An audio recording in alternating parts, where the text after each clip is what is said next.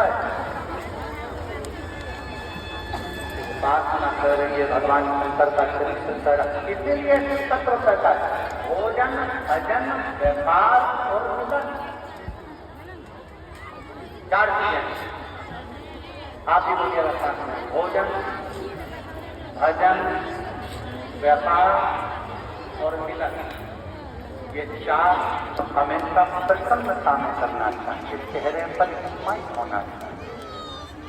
भोजन करते समय अपने चेहरे पर मुस्कुराहट, क्रोध नहीं, गुस्सा नहीं, चिड़चिड़ नहीं, अपशब्द नहीं। भोजन करते समय अपने मन को इतना पवित्र रखो कि चेहरे पर प्रसन्नता। आधे से ज्यादा लोग जब भी भोजन करने बैठते हैं, सांस के सामने खाली नहीं, सांस का मुंह होना।